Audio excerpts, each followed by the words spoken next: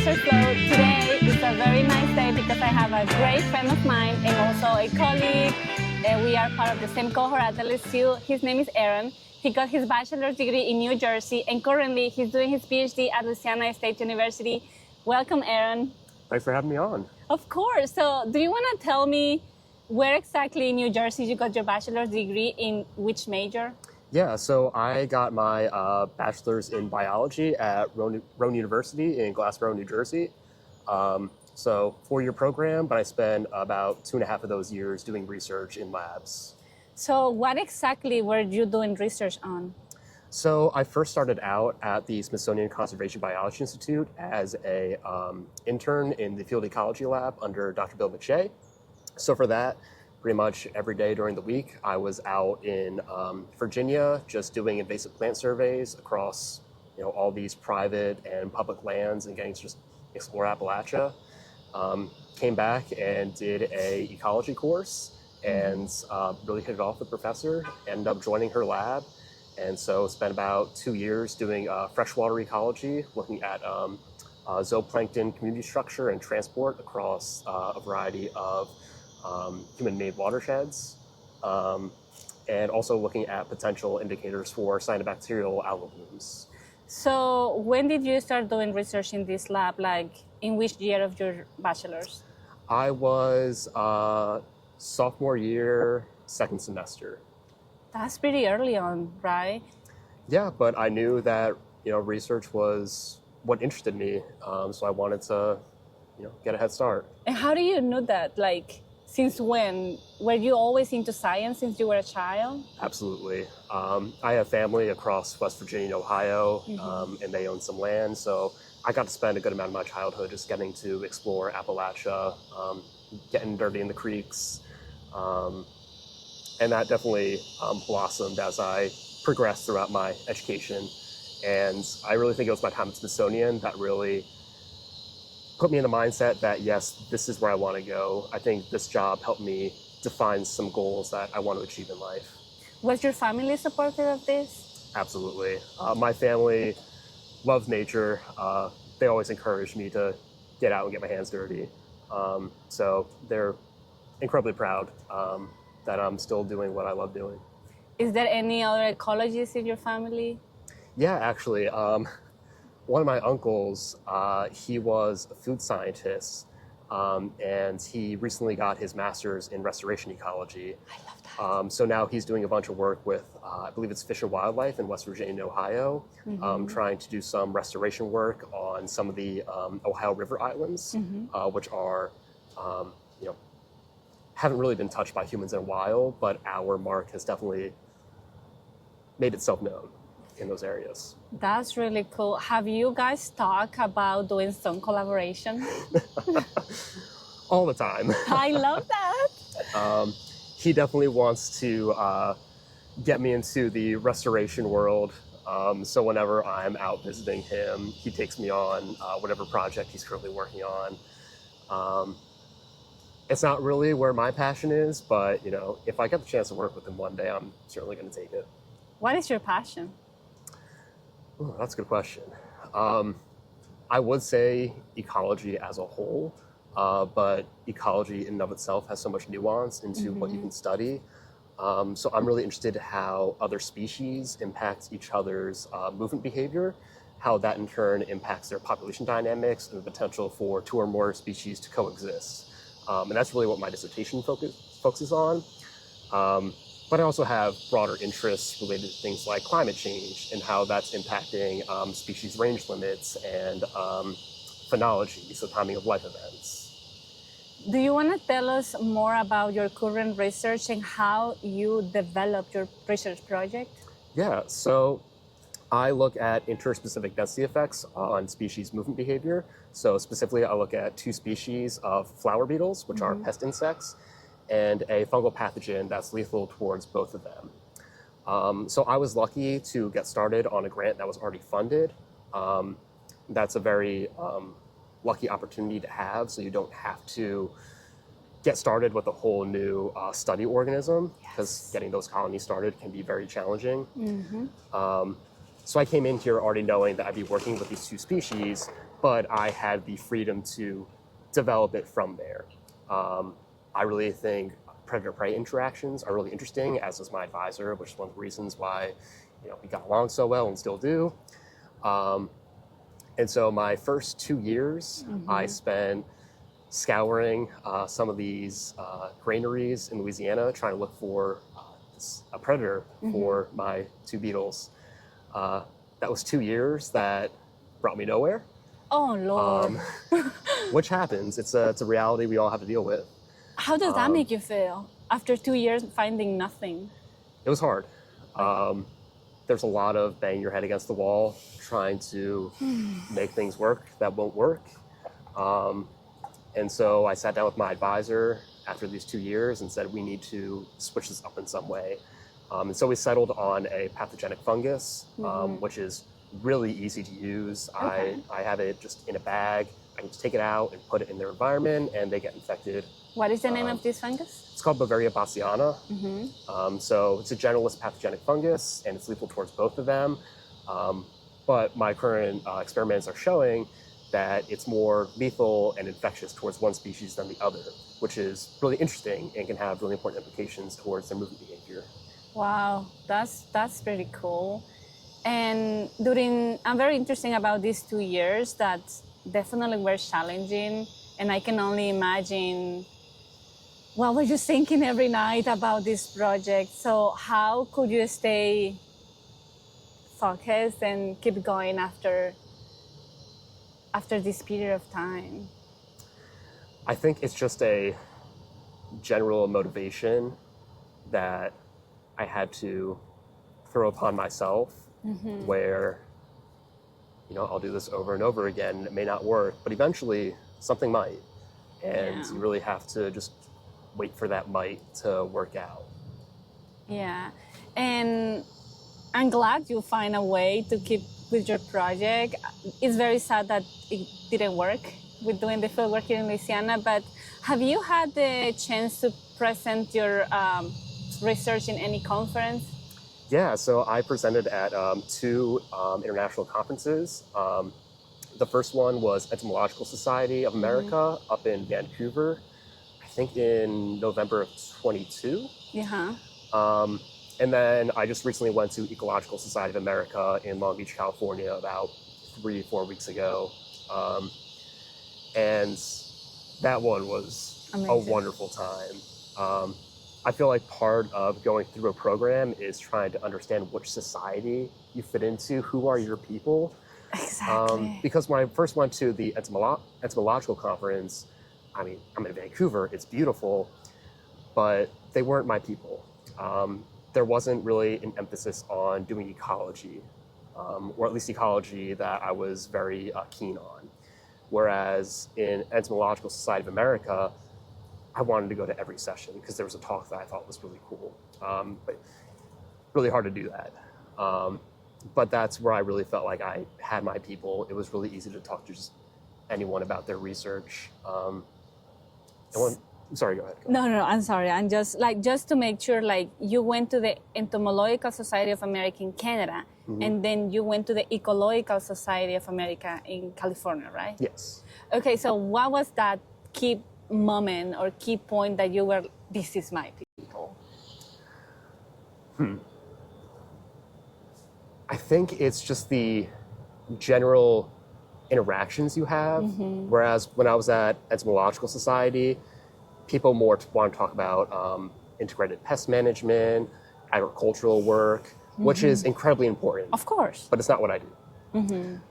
Whereas at Ecological Society of America, there was just a whole range of interesting research that was happening across a wide variety of taxon.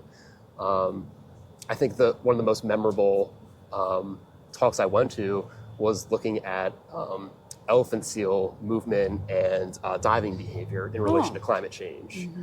And so getting to just chat with these people about their research, and they're always excited to talk about it, I felt like I was very welcomed. That's really good. So during the first conference, did you do a talk or a poster? I did talks at both. Wow, you're brave. I just prefer giving talks over posters. Why? That's just a personal preference. I'd much rather just talk in front of an audience for 10, 15 minutes and get really in-depth about the research. Whereas for posters, I'm standing there for an hour and I just talk depending on who comes along and whether or not they find the research interesting.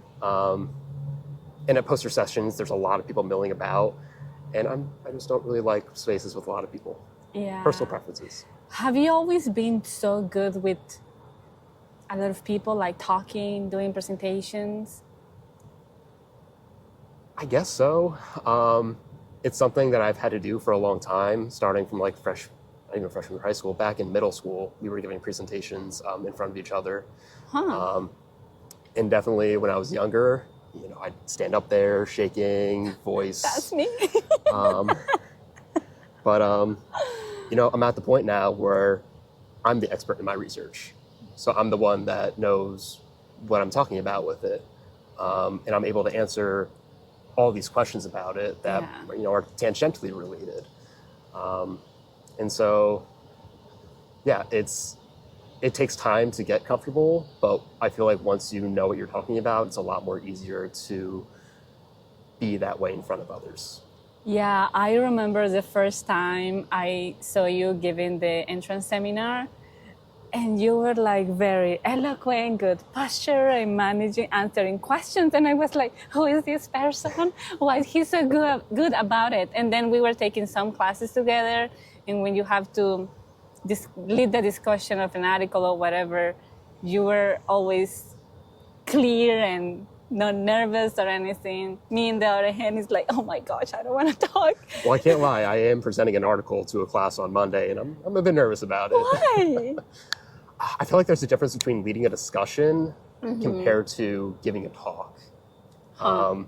Because giving a talk, again, it's here's all my research, whereas when you're leading a discussion, with someone else's research that you may not be as familiar with, they're also trying to ask some thought-provoking questions and try to connect it to broader ecological questions. And also my whole committee is attending that, so I'll be doing that in front of my whole committee.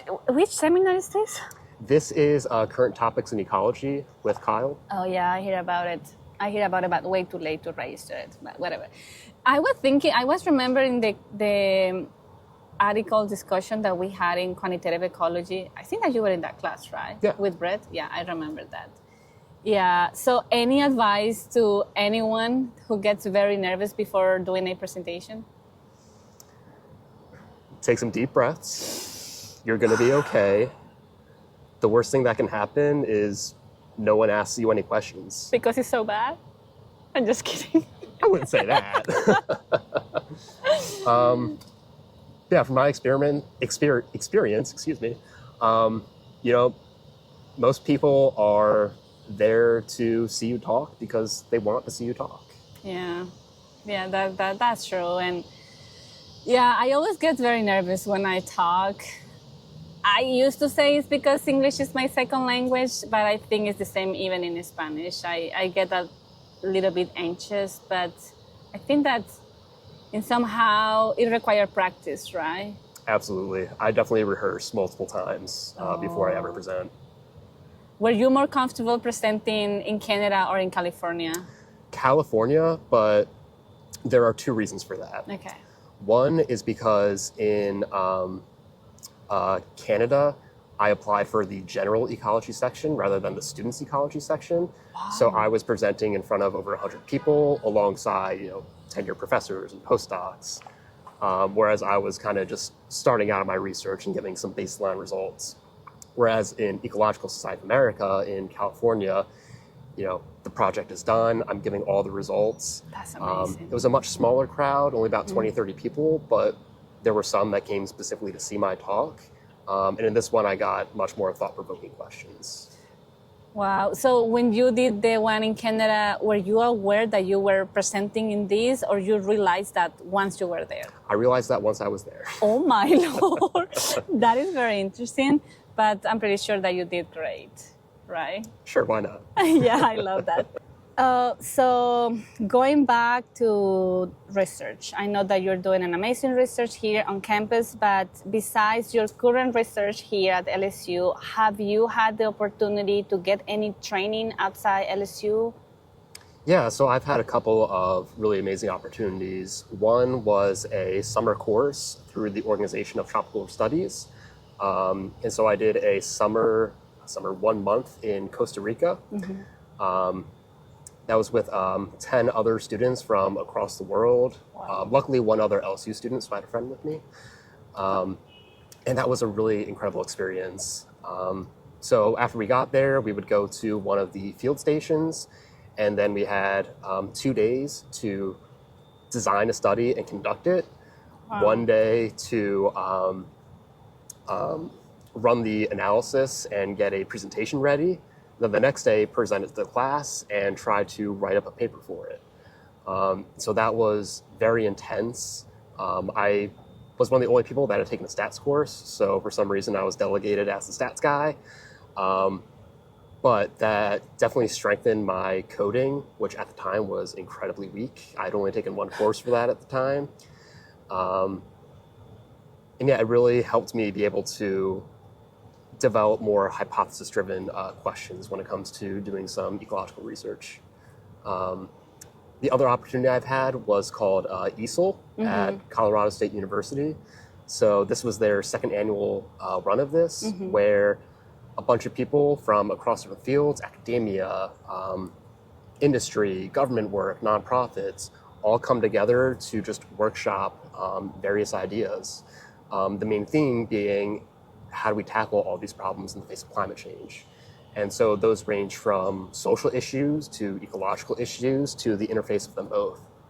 And so I started with a working group looking at how climate change is impacting the number of and intensity of hopefully viral interactions.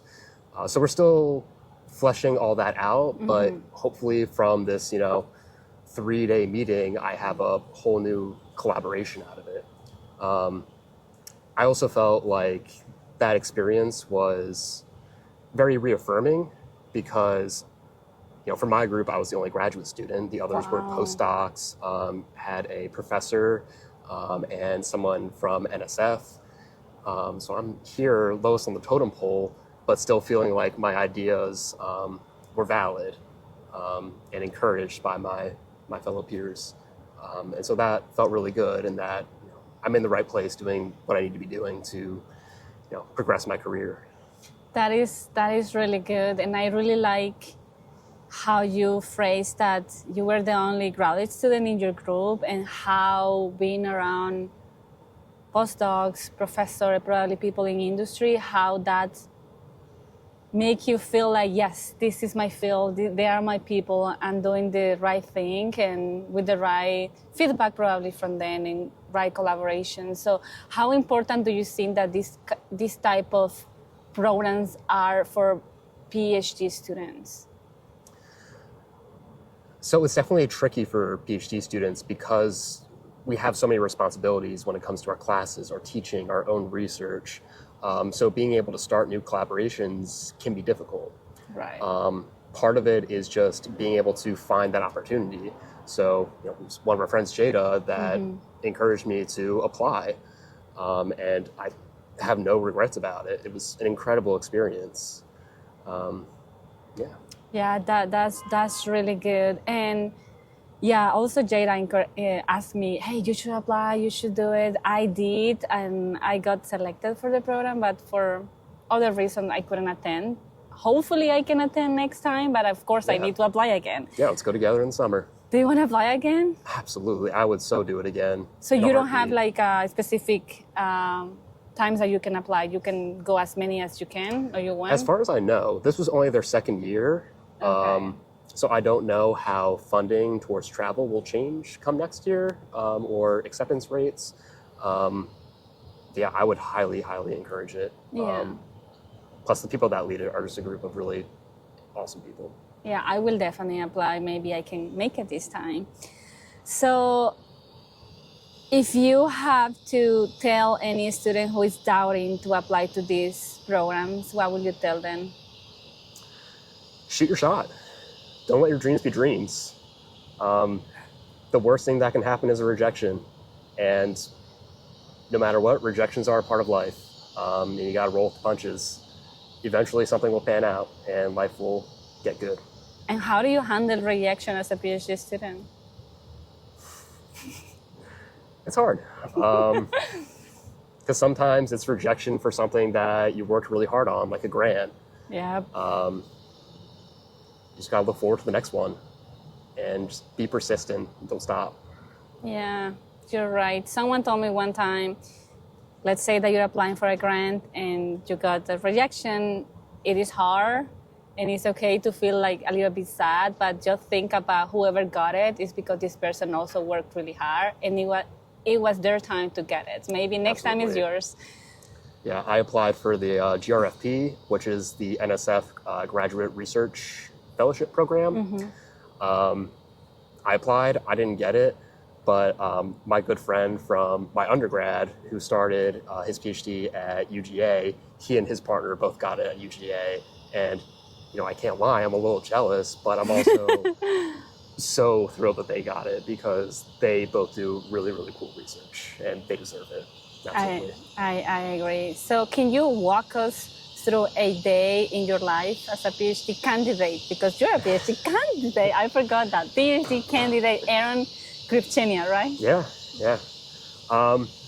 So currently it doesn't change too much day to day because I don't have any teaching responsibilities since I'm on a grant right now.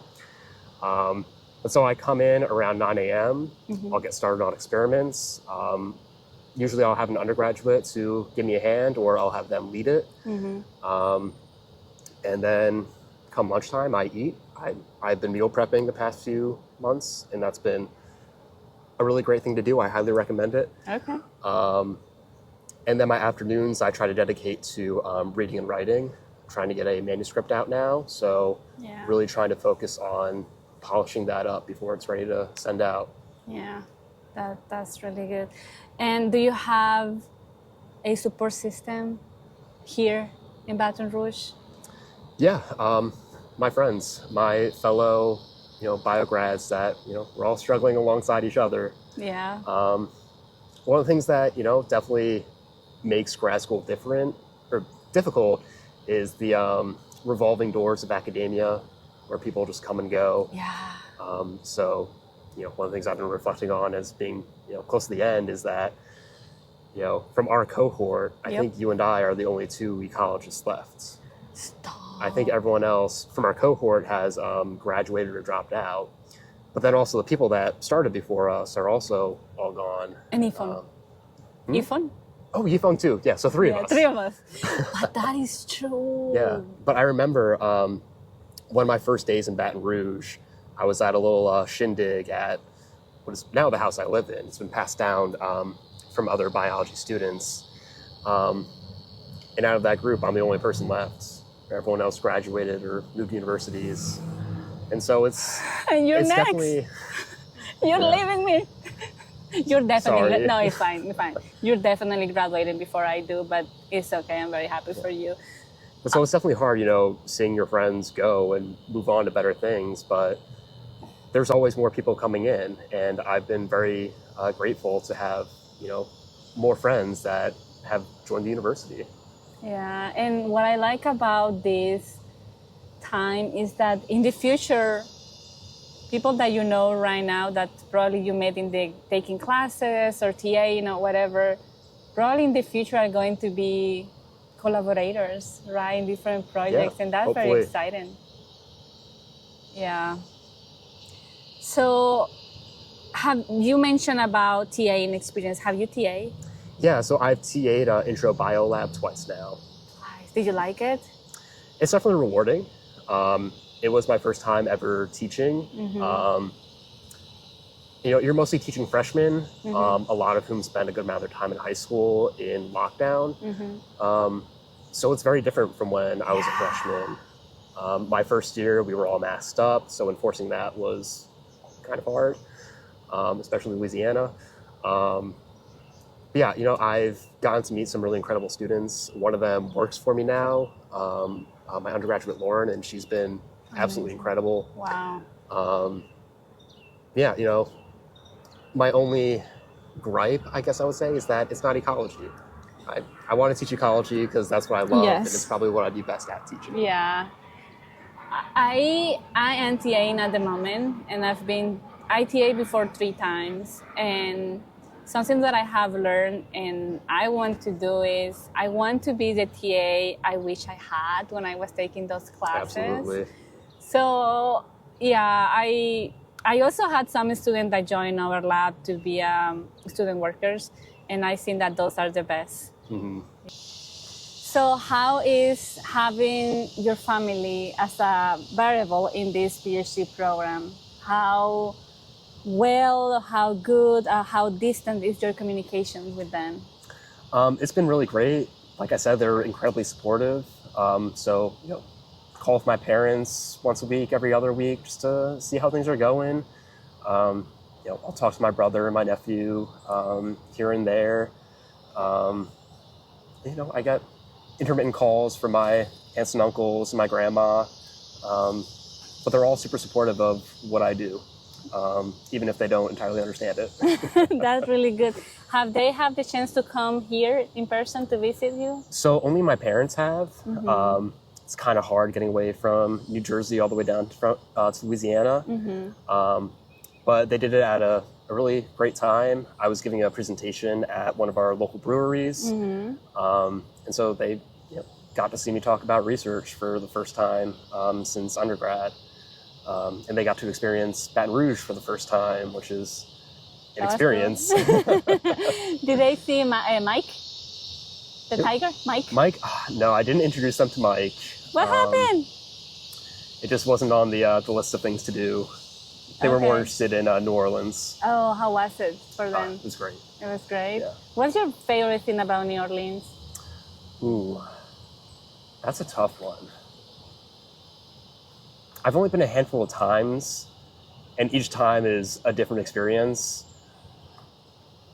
And it doesn't smell great, but I can't lie, I love Bourbon Street. You love that? I feel like you can't really find those kinds of vibes anywhere else in the United States. Everyone's just super happy, ready to throw beads at you. There we go, yeah. Have you been to Charleston, South Carolina? I have not, no. I've been there a couple of times, probably 2 or 3, and I see, this is my opinion, I look at Charleston, South Carolina as the cleanest version of New Orleans. Oh gosh, should I say that? Should I take that back? I don't know, but yeah, there is very pretty, and I agree, going to Bourbon Street is a lot of fun. You go with friends, and you get to try new food, dance. Do you dance? Not really. Not really? What do you like to do when you go there? Explore. Explore. Have a hurricane or a hand grenade. I thought it was just one. I thought it was just hand grenade. Is the same flavor or taste? Oh, hand grenades are all the same, but hurricanes are like daiquiris. Daiquiris. Yeah. Okay, I don't know what daiquiri is, but it's alcohol. You can go to these, some of these stores, and it's like you're at 7-Eleven with slushies, but they're all just different flavors of daiquiris. Is daiquiri tequila? I think so. Okay, so I better try. Okay, so do you have an account on Reddit? I do, yeah. I peruse Reddit here and there. Okay. Are you ready to read some stories? Absolutely. Okay, let's do it. All right. All right, so we have a post from r/PhD. How have you made time for exercise during your PhD? I'm a PhD student in molecular biology, and I'm back to weightlifting 5 days per week. I'm also trying to bulk, so I am also squeezing in about 4 or 5 plus meals a day to maintain a decent calorie surplus. I'm having a hard time sustaining this habit of getting to the gym and maintaining the calories. I am not a morning person, so I get to the lab around 9-10 a.m. and leave between 5-7:30 p.m. Afterwards, I try to get a first dinner, walk the dog, hit the gym for about 1.5 hours, and then have a second meal, which lands me at about 11:30 p.m. My body hasn't been loving exercising and eating right before bed, and I really need to come up with a different schedule, but I'm having a hard time figuring it out. I wanted to see what my fellow PhDers do to schedule their exercise and training time and how they sustain their diet during the week. Just get into it? Yeah. All right. Do you want to go first or should I? I'll go for it. Okay. So I think that with any lifestyle you have, making time for exercise is one of the most important things you can do.